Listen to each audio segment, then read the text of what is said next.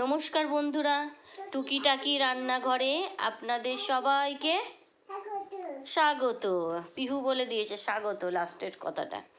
তো আজকে আমি এখানে একটা মিক্সড ভাজা বলতে পারেন, বা মিক্সড ভাজি বলতে পারেন, বা এই ছানার ভুর্জি বলতে পারেন, যেটাই বলুন, খুব টেস্টি একটা রেসিপি আপনাদের সঙ্গে শেয়ার করছি।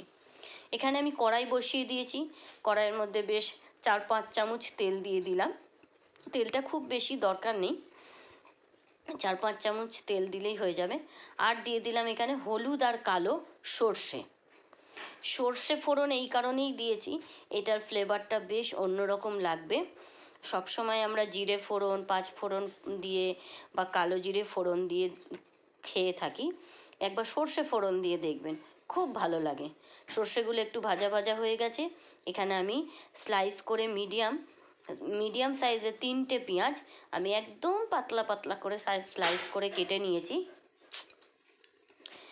পেঁয়াজটা আমি খুব বেশি ভাজা করব না, জাস্ট কালারটা একটু চেঞ্জ হবে, মানে জাস্ট 1-2 মিনিট একটু নেড়ে চেড়ে নিয়ে আলু এখানে আমি 4টে মিডিয়াম সাইজের আলু, সরু সরু করে যে আলু ভাজার আলু কাটি ওরকম করে কেটে নিয়েছি। তার সঙ্গে 2টো বড় গাজরও সরু সরু করে কেটে নিয়েছি।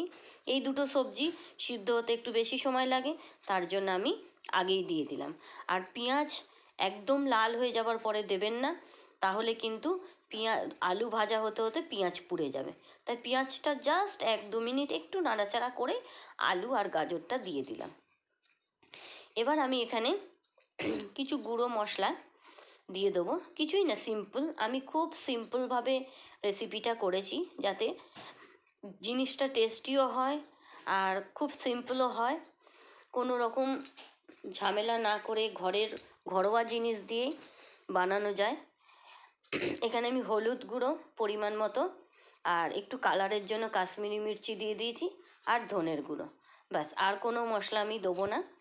আর দিয়ে দিয়েছি এখানে বেশ অনেকটা গ্রেট করা আদা, আপনারা আদা কুচিয়েও দিতে পারেন। তার সঙ্গে দিয়ে দিলাম 3টে চেরা কাঁচা লঙ্কা। আমাদের এখানে কাঁচা লঙ্কাগুলো খুব ঝাল, তাই 3টেতেই মোটামুটি ঝাল হয়ে গেছে। আর দিয়ে দিলাম পরিমাণ মতো লবণ। দিয়ে এখন আমি এগুলোকে সব কিছুকে ভালো করে মিক্সড করে নেব। এই রেসিপিটা কিন্তু রুটি বা পরোটা বা বাচ্চাদের টিফিনেতে, সকালে ব্রেকফাস্টে বা রাতে ডিনারেও রুটির সঙ্গে খুব দারুণ লাগে। আসল মেন জিনিস এটার আর একটা বাকি রয়েছে, তো সেটা অবশ্যই দেব। এখন মিক্সড করে নিয়ে আমি 2-3 মিনিটের জন্য একটু ঢেকে দিলাম। গাজর আলু একটু সিদ্ধ হবে বলে আমি ঢেকে দিয়েছি। গাজর আলু মোটামুটি সিদ্ধ হয়ে গেছে। এটাকে কিন্তু অবশ্যই লো ফ্লেমে করবেন, গ্যাসের হিট বাড়িয়ে দেবেন না, তাহলে জিনিস কিন্তু পুড়ে যাবে নিচে থেকে। তাই একদম স্টিমটা লো করে দিয়ে ঢেকে ঢেকে করবেন, দেখবেন গাজর আলু সিদ্ধ হয়ে গেছে। এখন আমি এখানে 2 লিটার দুধের ছানা আমি কাটিয়ে রেখেছিলাম। সবসময় সবাই পনিরের ভুর্জি খায়, আজকে আমি ভাবলাম ছানা দিয়ে ভুর্জি মানে ভাজি, এরকম সবজি দিয়ে ভাজি করি, খুব ভালো লাগে খেতে। কিন্তু একটু ঝাল টাল দিলে বেশ ভালো লাগে। বাচ্চাদের জন্য বানালে আপনারা ঝালটা মানে বুঝে দেবেন। আর কেউ যদি নিরামিষ খেতে চান তাহলে পেঁয়াজটা স্কিপ করবেন, তাহলেও হবে, টেস্ট খুব ভালো হয়। পেঁয়াজ না দিলেও ভালো হয়, অনেক সময় নিরামিষ দিনেও আমরা করি পেঁয়াজ ছাড়া, খুব ভালো লাগে। এটা সকালে বা রাতে ডিনারে খুব সিম্পল রেসিপি, কিন্তু খুব ভালো লাগে খেতে। রুটি পরোটার সঙ্গে বা গরম গরম ভাত ডালের সঙ্গেও কিন্তু দারুণ লাগে। দেখুন মোটামুটি একদম সবজিটা মজে গেছে। এখানে আমি লম্বা লম্বা করে ক্যাপসিকাম কেটে রেখেছিলাম, 2টো বড় সাইজের ক্যাপসিকাম কুচি দিয়ে দিলাম। আর একটা জিনিসও দেবো। এবার আমি আবারও মিক্সড করে নিচ্ছি। তো নতুন বন্ধু যারা আমার ভিডিওটি দেখছেন, অবশ্যই আমার চ্যানেলটিকে সাবস্ক্রাইব করবেন, আর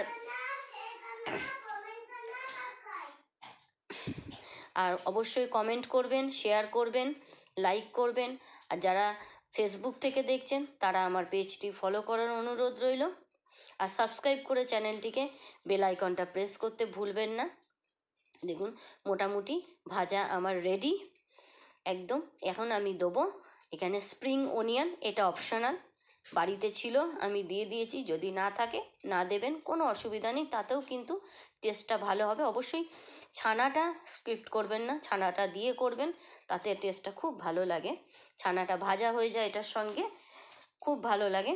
স্প্রিং অনিয়নটা দিয়ে দিয়েছি, দিয়ে 2-4 মিনিট এটাকে, কারণ স্প্রিং অনিয়ন খুব তাড়াতাড়ি পেঁয়াজ পাতাগুলো নরম হয়ে যায়, তার জন্য আমি লাস্টের দিকে দিয়েছি। আর একটা যেটা জিনিসটা দেবো সেটা হলো এখানে কারি পাতা।